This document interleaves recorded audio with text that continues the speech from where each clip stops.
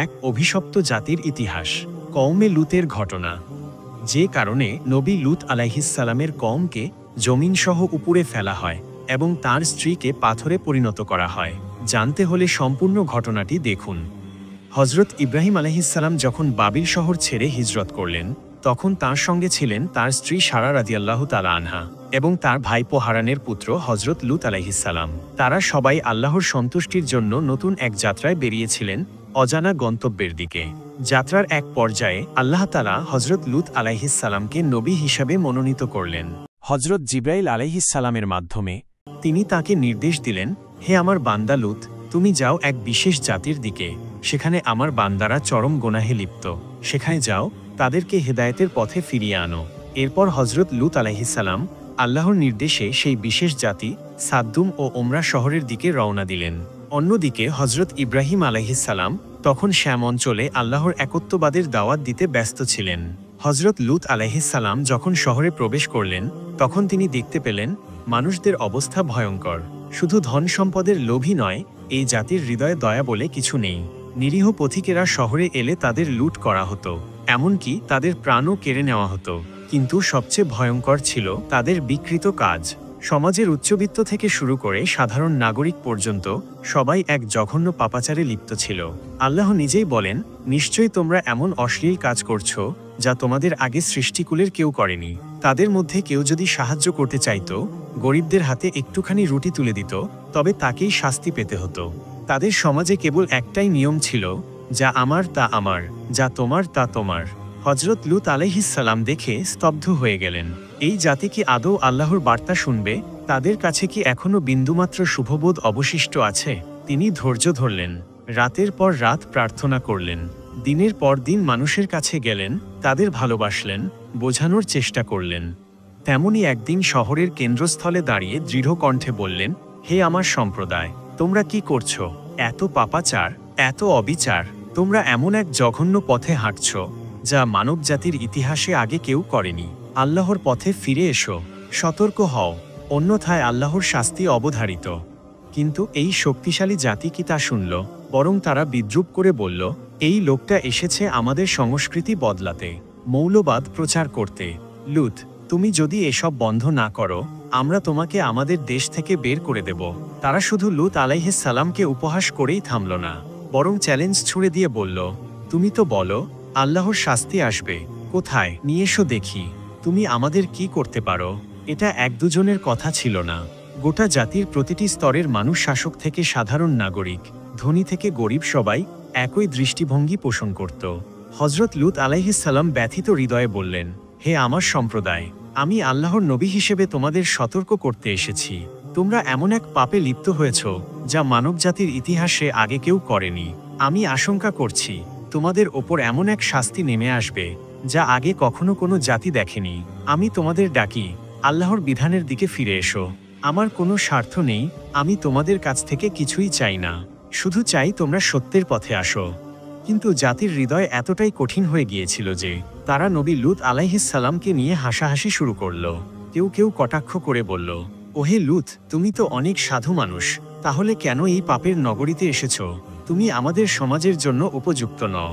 তোমার যদি এতই সমস্যা হয়, তবে এই জনপদ ছেড়ে চলে যাও, কোথাও গিয়ে গর্তে লুকিয়ে থাকো। আর সবচেয়ে বড় অহংকারের কথা তারা বলল, আমাদের এই শহর, আমাদের ধন সম্পদ, আমাদের শক্তি, সবকিছু আমরা নিজেরা অর্জন করছি। তোমার আল্লাহ আমাদের এসব কিছু দেননি, সুতরাং তোমার সেই কল্পিত শাস্তির ভয় আমরা পাই না। যতই নবী লুত আলাইহিসসালাম তাদের সতর্ক করেন, তারা ততই মুখ ফিরিয়ে নেয়। বছরের পর বছর তিনি তাদের আল্লাহর বিধানের পথে আহ্বান করলেন, বোঝালেন, সতর্ক করলেন, কিন্তু তারা শুধু অবহেলা করল না, বরং বিরক্ত হয়ে গেল। অবশেষে তারা ধৈর্য হারা হয়ে গোপনে ষড়যন্ত্র করতে লাগল। কয়েকজন প্রভাবশালী ব্যক্তি গোপন বৈঠকে বসেছে, তাদের চোখে ঘৃণা, কণ্ঠে বিদ্বেষ। এই লোকটা আমাদের জীবনযাত্রা বদলাতে চায়, সে আমাদের বিরুদ্ধে কথা বলে, আমাদের সংস্কৃতিকে ধ্বংস করতে চায়, একে চুপ করাতেই হবে। সিদ্ধান্ত নেওয়া হলো, শুধু উপহাস নয়, এবার নিপীড়ন শুরু হবে। এবার দেখিয়ে দিতে হবে কে শহরের মালিক। পরদিন থেকে শুরু হলো নির্যাতন। হজরত লুত আলাইহিসসালামের অনুসারীদের ধরে এনে চরম শাস্তি দেওয়া হলো। কেউ দৌড়ার আঘাতে লুটিয়ে পড়ল, কারো বাড়িঘর গুড়িয়ে দেওয়া হলো, সমাজ থেকে একের পর এক মানুষকে বিচ্ছিন্ন করা হলো, যেন সত্যের আলো পুরোপুরি নিভিয়ে ফেলা যায়। হজরত লূত আলাইহিসসালাম ব্যথিত হৃদয়ে সব দেখলেন, কিন্তু এত নিষ্ঠুরতা, এত পাপাচার। অবশেষে তিনি কাতর হৃদয়ে আকাশের দিকে হাত তুললেন। হে আমার রব, এই জাতি আমার কথায় কান দিচ্ছে না, বরং নির্যাতন করছে। তাদের ফয়সালা তোমার হাতে ছেড়ে দিলাম। আল্লাহ তার প্রিয় নবীর দোয়া কবুল করলেন। এরপর একদিন বহু দূরে শ্যাম অঞ্চলে হজরত ইব্রাহিম আলাইহিসসালামের দরজায় কয়েকজন আগন্তুক এসে দাঁড়ালেন। তারা দেখতে ছিলেন সুদর্শন, ব্যক্তিত্বে সম্মানিত মনে হয়। হজরত ইব্রাহিম আলাইহিসসালাম ছিলেন অতিথি পরায়ণ। সঙ্গে সঙ্গে তাদের জন্য খাবারের আয়োজন করলেন। একটি রোস্ট করা গরুর মাংস সামনে এনে পরিবেশন করলেন। কিন্তু এক অদ্ভুত ব্যাপার ঘটল। অতিথিরা খাবারের দিকে একবারও হাত বাড়ালেন না। ইব্রাহিম আলাইহিসসালাম বিস্মিত হলেন। এ কেমন অতিথি যারা খাবার স্পর্শও করছে না? তিনি একটু চিন্তিত হয়ে পড়লেন। কোথাও কোনো বিপদের ইঙ্গিত আছে কি? তখনই অতিথিরা মৃদু হেসে বললেন, হে ইব্রাহিম, ভীত হবেন না। আমরা সাধারণ মানুষ নই, আমরা আল্লাহর ফেরেশতা। আমাদের খাদ্যের প্রয়োজন হয় না। এবার ইব্রাহিম আলাইহিসসালাম অবাক হয়ে জিজ্ঞাসা করলেন, তাহলে তোমরা এখানে কেন এসেছ? ফেরেশতারা বললেন, আমরা এসেছি এক অভিশপ্ত জাতির শেষ পরিণতি ঘটানোর জন্য। সেই জাতি যারা সকল সীমা অতিক্রম করেছে।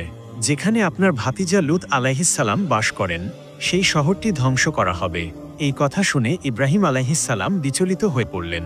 কিন্তু আমার ভাতিজা, সে তো একজন নেককার ব্যক্তি, তার কি হবে?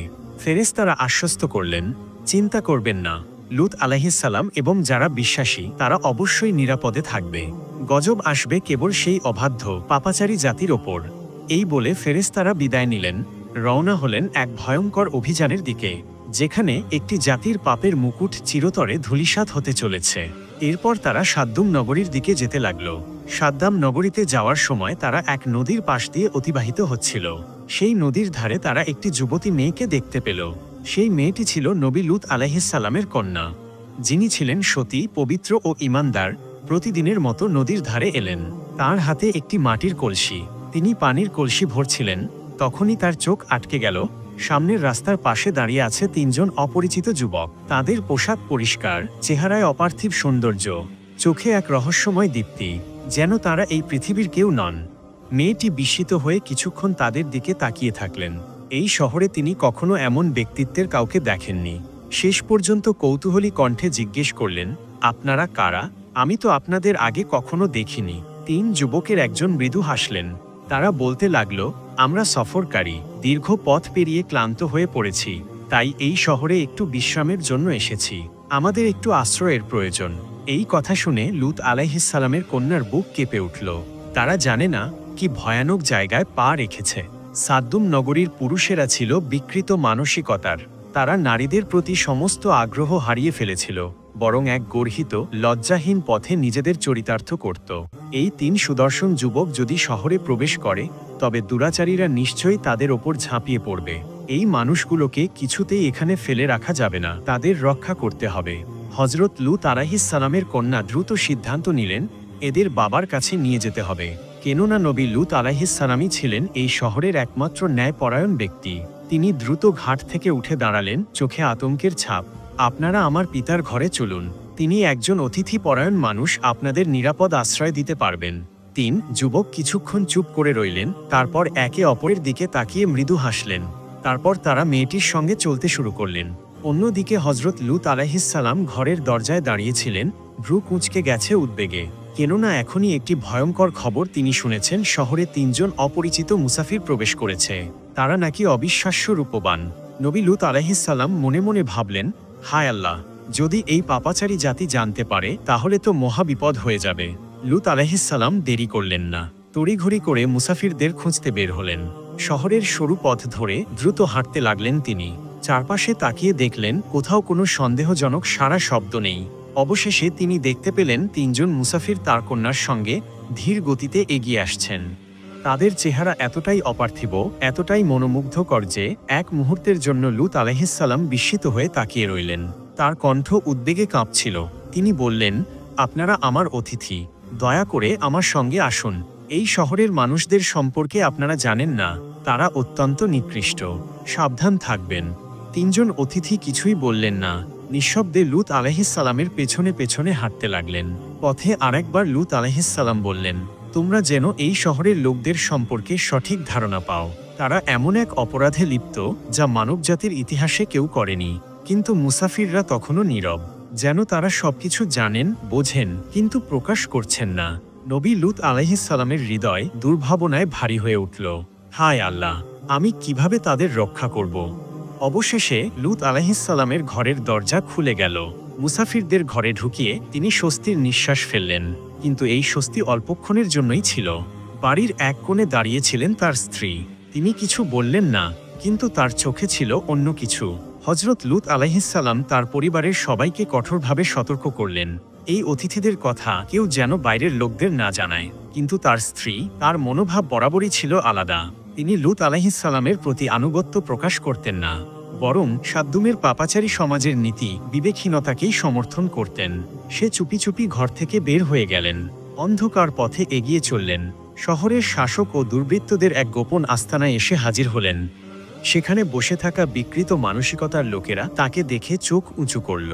তারা জিজ্ঞাসা করল, তুমি এখানে কেন? তিনি একপাশে এসে বললেন, আমার স্বামীর ঘরে ৩ জন মেহমান এসেছে। তাদের সৌন্দর্যের সামনে এই শহরের সবকিছু ম্লান হয়ে গেছে। এই কথা শোনার পর শহরের সবাই উত্তেজিত হয়ে গেল, এবং কিছুটা সময়ের মধ্যে বিকারগ্রস্ত সমকামীদের মধ্যে কিছু যুবকরা তীব্র আকর্ষণ অনুভব করে, আর তারা লূত আলাইহিসসালামের দরজায় এসে পৌঁছায়। দরজা নক করে তারা বলে, ওহে লূত, তুমি তো সমকামী নও, তো এই সুদর্শন যুবকদের সঙ্গে নিশ্চয়ই তোমার কোনো সম্পর্ক নেই। তুমি তাদের আমাদের হাতে ছেড়ে দাও, আমাদের বিকৃত বাসনাগুলোর শিকার হতে দাও। এমন বিকৃত বক্তব্যে আল্লাহর নবী লূত আলাইহিসসালাম হতবাক হয়ে পড়লেন। তোমাদের মধ্যে যারা আমার কন্যাদের সাথে বিয়ে করতে চাও, তাদের আমি বিয়ে দিয়ে দিতে প্রস্তুত, কিন্তু আমার মেহমানদের আমি তোমাদের লালসার শিকার হতে দেব না, কারণ তারা আমার আশ্রয় প্রার্থী। তবে বিকারগ্রস্ত মানুষগুলো উত্তর দেয়, ওহে লূত, আমরা তোমার কন্যাদের ব্যাপারে একদম আগ্রহী নই। তুমি জানো যে আমাদের কোনো নারীর প্রতি আকর্ষণ নেই, তাই ওই যুবকদের ছাড়া আমরা ফিরব না। তাদের এমন বক্তব্যে লূত আলাইহিসসালাম অতিথিদের সামনে খুব লজ্জিত এবং অসহায় বোধ করেন। কিন্তু তখন অতিথিরা তাকে সান্ত্বনা দিয়ে বলেন, হে আল্লাহর পয়গম্বর, আপনার কোনো ভয় নেই, কারণ আপনার নিরাপত্তার দায়িত্ব এখন আমাদের। এই সময় অতিথিরা তাদের আসল পরিচয় প্রকাশ করে বলেন, আমরা আসলে জিব্রাইল আলাইহিসসালাম, ইসরাফিল আলাইহিসসালাম এবং মিকাইল আলাইহিসসালাম। আমরা আল্লাহর মহাপরাক্রমশালী ফেরেশতা। আমরা এসেছি এই পাপের নগরীকে ধ্বংস করে দেওয়ার জন্য। এরপর জিব্রাইল আলাইহিসসালাম সামনে এগিয়ে গিয়ে তার ডানা দিয়ে আঘাত করেন, আর মুহূর্তের মধ্যে সেখানকার সব পাপাচারীরা অন্ধ হয়ে যায়।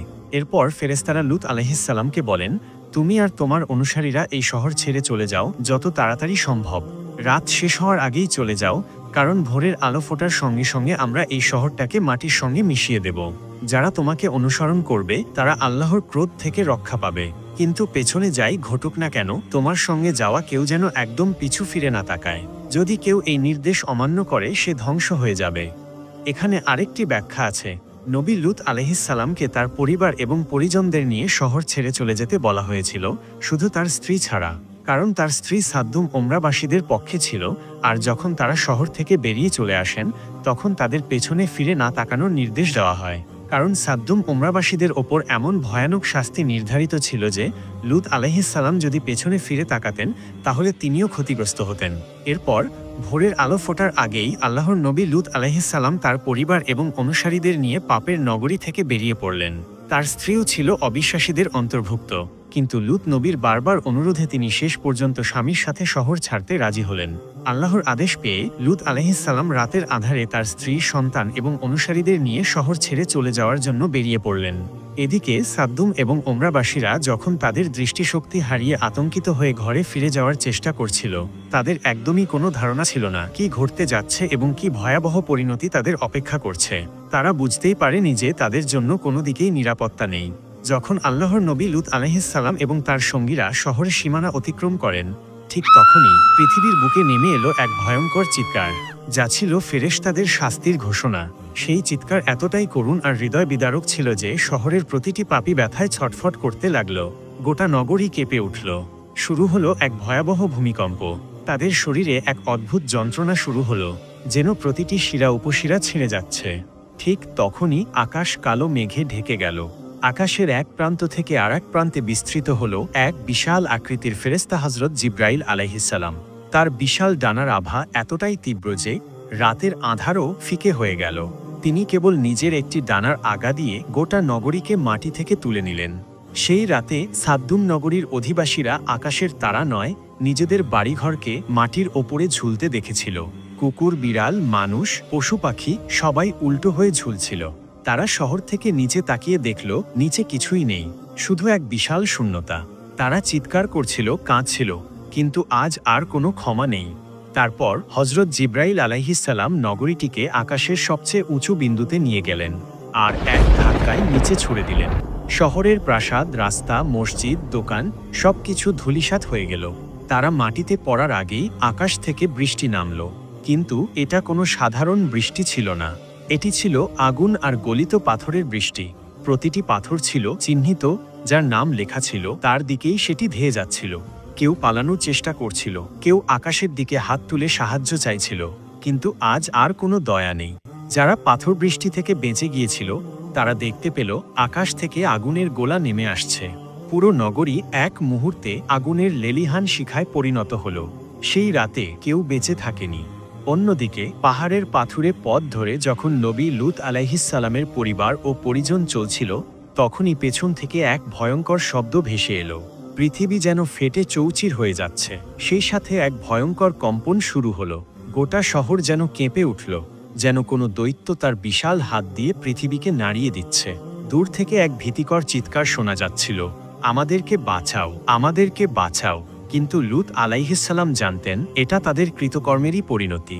তিনি জানতেন তার জাতি আল্লাহর আদেশ অমান্য করেছিল, তাই আজ তারা সেই শাস্তির সম্মুখীন হচ্ছে যার কোনো পরিত্রাণ নেই। কিন্তু ঠিক তখনই এক নারীর অন্তরে দ্বিধার সুর বাজল। নবী লূত আলাইহিসসালামের স্ত্রী। তিনিও দৌড়াচ্ছিলেন, কিন্তু তার মন রয়ে গিয়েছিল পেছনে। তিনি ভাবছিলেন, এটা কি সত্যি? সত্যিই কি সব শেষ হয়ে যাবে? তার হৃদয় কাঁদছিল, তার আত্মা টানছিল তাকে পেছনের দিকে। এবং সেই দুর্ভাগ্যজনক মুহূর্তে তিনি আল্লাহর আদেশ অমান্য করলেন। তিনি থেমে গেলেন এবং পেছনে ফিরে তাকালেন। ঠিক সেই মুহূর্তে এক অদৃশ্য শক্তি যেন তার দেহকে আঘাত করল। সে অনুভব করল তার শরীরের প্রতিটি কোষ শক্ত হয়ে যাচ্ছে। সে চিৎকার করতে চাইল, কিন্তু গলা দিয়ে কোনো শব্দ বের হলো না। তার হাত পা ভারী হয়ে গেল, ত্বক শক্ত হয়ে যেতে লাগলো। সে অনুভব করল সে আর নড়তে পারছে না। মুহূর্তের মধ্যে সে এক নিথর পাথরের মূর্তিতে পরিণত হল। সেই পাহাড়ের পথের ধারে যেখানে সে দাঁড়িয়েছিল, ঠিক সেখানেই চিরতরে আটকে গেল। সে আর দৌড়াতে পারবে না, কথা বলতে পারবে না, ক্ষমা চাইতে পারবে না। লূত আলাইহিসসালাম বুঝতে পারলেন তার স্ত্রী পেছনে ফিরে তাকিয়েছিল। তিনি জানতেন তার স্ত্রী আল্লাহর আদেশের বিরুদ্ধাচারণ করেছে, কিন্তু তবুও তার হৃদয়ে এক গভীর দুঃখ জেগে উঠল। তিনি চোখ বন্ধ করলেন, তার হৃদয় দিয়ে শুধু একটাই প্রার্থনা করলেন, হে আল্লাহ, আমাদের রক্ষা করো, আমাদের এই বিপদ থেকে উদ্ধার করো। সেই রাতে আল্লাহর ক্রোধ এক নগরীকে ধূলিসাৎ করে দিল। সেই রাতে একটি পাপাচারী জাতির কাহিনী শেষ হলো। এটিই ছিল কওমে লূতের ধ্বংসের গুরুত্বপূর্ণ ঘটনা। শেষ কথা হলো, কওমে লূতের এই বিপর্যয় আমাদের জন্য এক মহান শিক্ষা। আল্লাহর নির্দেশ এবং সতর্কবার্তা উপেক্ষা করার পরিণতি অত্যন্ত ভয়াবহ হতে পারে। যেখানেই আল্লাহর আদেশ বিরুদ্ধভাবে চলা হয়, সেখানে শাস্তি অবশ্যম্ভাবী। এর মাধ্যমে আমাদের বুঝতে হবে, আল্লাহর পথে চলাই একমাত্র নিরাপদ এবং সঠিক পথ। কোনো অবস্থাতেই আমরা যেন তার হুকুমের বিরুদ্ধে না যাই, কারণ তার শাস্তি মর্মান্তিক এবং অপরিবর্তনীয়।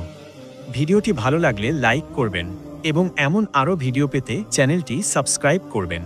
আল্লাহ তাআলা যেন আমাদের সবাইকে নেক পথে চলার তৌফিক দান করুন। আমিন।